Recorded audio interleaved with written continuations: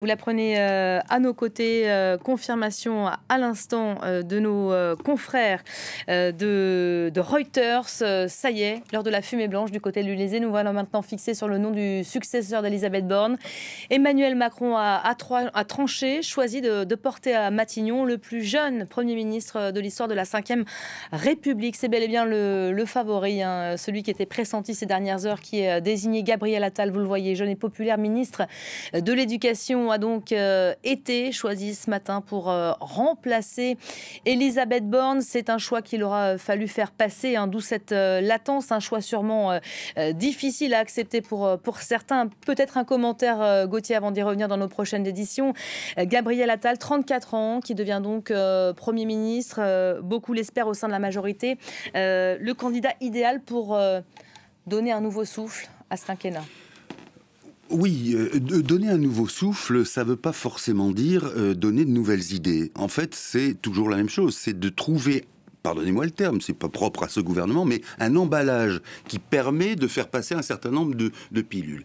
Or là, vous avez effectivement un personnage qui doit tout au président de la République, qui, en fait, de par son jeune âge, hein, qui a été promu par le président de la République et qui donc a quelque chose comme de l'ordre d'une dette envers lui et qui sera particulièrement, on peut en faire le pari, au service d'Emmanuel Macron. Et ça ressemble à tout ce qu'a fait le président depuis qu'il est là, c'est-à-dire d'essayer de trouver des gens qui soient technocratiquement intéressants, mais qui ne fassent pas d'ombre à la fonction présidentielle et à lui-même. Alors, effectivement, vous avez Gabriel Attal qui a suivi un peu cette droitisation que l'on a vue, notamment en tant que ministre de l'Éducation, où il a essayé de recadrer les choses dans un sens assez droitiste, assez droitier, ce qui correspond strictement à l'évolution du président de la République également. La question de son jeune âge qui va sûrement rapidement être posée, qu'il est déjà, hein, largement dans les médias depuis ce matin. On va retrouver d'abord depuis l'Élysée notre envoyée spéciale Pauline Godard. Pauline, on commentait avec vous ce matin, hein, ce temps de latence et cette attente s'est donc confirmée. Gabriel Attal vient d'être nommé, hein, désigné Premier ministre remplacement d'Elisabeth Borne.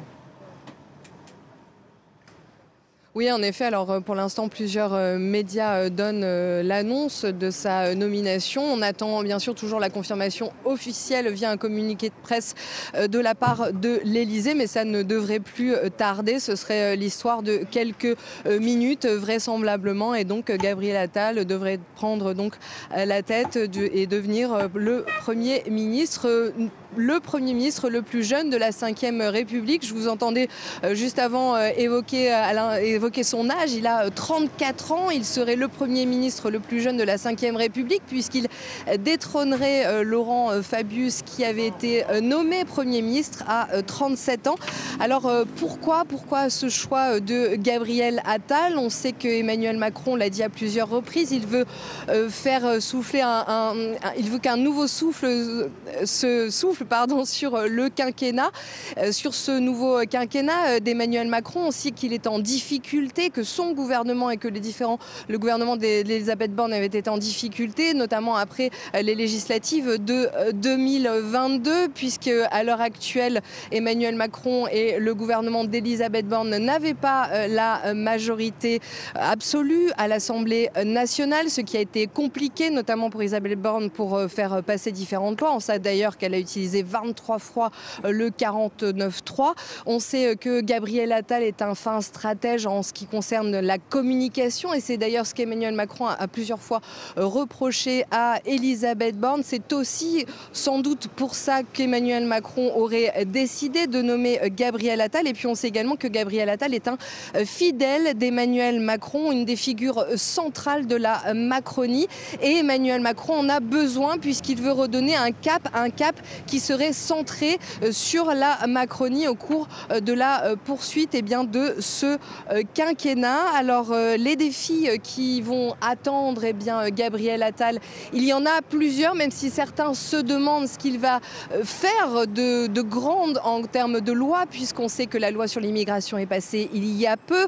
On sait d'ailleurs que ça a fracturé notamment la majorité présidentielle. Il y a eu également la réforme des retraites. Elisabeth Borne Borne a toujours malgré tout tenté d'essayer de tenir le cap. Alors ce qu'il va faire sans doute Gabriel Attal, eh bien il va d'abord devoir passer le cap des élections européennes, qui vont être très délicates. Elles sont dans quelques mois, en 2024. Il va y avoir les Jeux Olympiques qui doivent être une réussite pour la France, qui vont se tenir à Paris en 2024. Il va y avoir également les discussions qui vont se poursuivre sur la loi sur la fin de vie et puis la loi sur l'inscription de l'avortement dans la Constitution. On sait que la loi doit être présentée le 24 janvier devant l'Assemblée nationale. Le 24 janvier, c'est dans très peu de temps. Alors, est-ce que cela fonctionnera ou pas? Ce sera peut-être un des premiers défis que le nouveau Premier ministre devra remplir lorsqu'il sera nommé, normalement, officiellement, d'ici quelques minutes. Merci beaucoup, Pauline. Donc, en direct de l'Élysée, hein, ça y est, c'est désormais confirmé de toutes parts. Gabriel Attal, donc,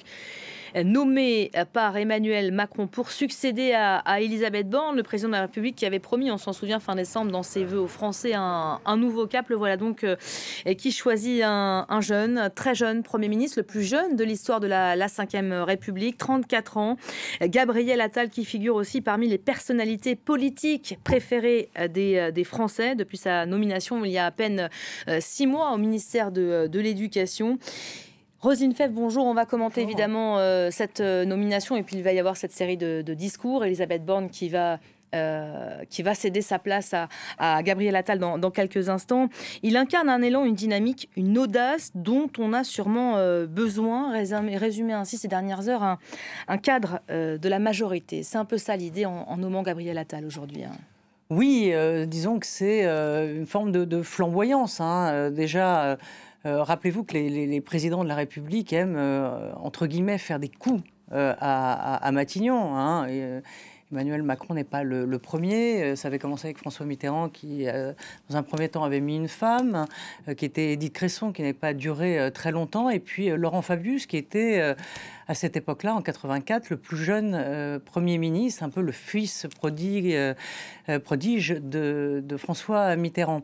Eh bien, aujourd'hui, Emmanuel Macron ne va pas, en nommant Gabriel Attal, faire un changement de cap, mais surtout un changement de style. C'est-à-dire une jeunesse, effectivement, et puis un parcours très politique, un Premier ministre très politique, beaucoup moins techno que ne l'ont été les précédents Premiers ministres d'Emmanuel Macron, comme Jean Castex ou Elisabeth Borne. Gabriel Attal, c'est la parole concrétisée. Et on l'avait vu lorsqu'il était ministre de l'Éducation nationale. Très vite, il s'était attelé au sujet qui préoccupait les Français à l'école, notamment le harcèlement à l'école. Donc, il avait pris des décisions importantes suite à des drames à l'école. Ensuite, il y a eu la décision très politique de l'abaya et puis l'expérimentation sur l'uniforme. Donc, c'est on va dire le talent entre guillemets de Gabriel Attal, c'est de mettre concrètement très vite en œuvre ce qu'il décide de faire. Et c'est ce dont Emmanuel Macron a besoin. Il y a aussi sa jeunesse, hein, quand on regarde de côté de l'opposition. Est-ce que c'est vraiment une force, sa jeunesse d'ailleurs ? Non, c'est, enfin, vous savez, l'explication, enfin, ce que disait Rodrigue, je crois, dans le site, la valeur n'attend pas le nombre des années. Oui, c'est vrai que c'est important.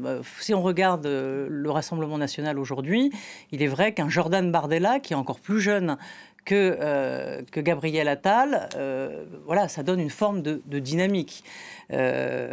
Donc c'est un atout, c'est vrai. Mais ce n'est pas le seul. Vous pouvez être jeune et pas très compétent. Ce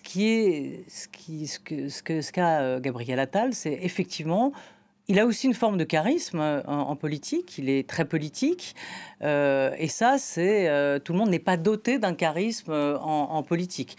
Donc, alors, il faut être prudent parce que une grande tâche l'attend, et vous savez ce qu'on dit, hein, la roche tarpéienne est toujours proche du Capitole, c'est-à-dire que vous pouvez commencer en fanfare et puis finir sous les sous les huées, hein. Donc c'est la grande pratique de la politique. Donc faut le voir à l'œuvre, et il aura bien évidemment beaucoup de travail. Ça a tardé parce que, dit-on, au sein des poids lourds du gouvernement, c'est-à-dire Bruno Le Maire et le ministre Darmanin ont un peu couiné d'avoir un jeune homme de 34 ans, alors qu'ils se voyaient tous les deux, eux aussi, à la tête de la rue de Varennes. Ça a pris beaucoup de temps quand même depuis l'annonce et l'acceptation de la démission hier soir, Elisabeth Borne. On raconte qu'en coulisses, ça n'a pas été si facile que ça de faire passer la pilule de cette idée, de cette jeunesse aussi, même s'ils s'en défendent, Gérald Darmanin, Bruno Le Maire notamment. Alors, je trouve que ça n'a pas tellement pris de temps. Rappelez-vous, en 2022, après l'élection d'Emmanuel Macron, il était question de mettre Catherine Vautrin, donc, qui était une femme de droite, et beaucoup s'y sont opposés. Au dernier moment, Emmanuel Macron a dû changer de braquet et pris contre sa volonté même Elisabeth Borne. Donc, on avait vu aussi que il y avait deux noms, dont celui de Sébastien Lecornu, qui est ministre des Armées. Ça avait coincé du côté du MoDem, hein, de François Bayrou, qui s'opposait à cette nomination. Donc, est-ce que ça a été le premier choix, Gabriel Attal? Ça, on le saura sans doute plus tard. Il y avait trois noms, enfin deux noms dont on entendait parler beaucoup hier. C'était justement Stéphane Séjourné, un proche d'Emmanuel Macron qui a quitté la politique, et Sébastien Lecornu. C'est plutôt en fin de soirée, hier, que le nom de Gabriel Attal est remonté très vite, et dont on disait qu'il tenait la corde. Donc, non, ça a tardé, parce que nous, observateurs politiques, on est impatients. Généralement, quand ce n'est pas le synonyme de désaccord en coulisses, hein. C'est ça que c'est possible, c'est la question que je vous posais. C'est possible. Je ne suis pas dans le bureau du président ni de son secrétaire général, mais il y a dû sans doute avoir des tiraillements. Il aurait été logique, effectivement, que, comme ça a pu se produire, lorsque un Premier ministre donne sa démission, eh bien, dans la foulée, le nom de son successeur est donné. Ce qui n'a pas été le cas, ce qui montrait qu'il y avait sans doute certains tiraillements, et que certains poids lourds sur lesquels est obligé de s'appuyer Emmanuel Macron, comme Le Maire ou Darmanin, ont dû sans doute négocier des périmètres et renforcer peut-être, ou donner satisfaction à ces deux poids lourds du gouvernement dont le président ne peut pas se passer. La suite.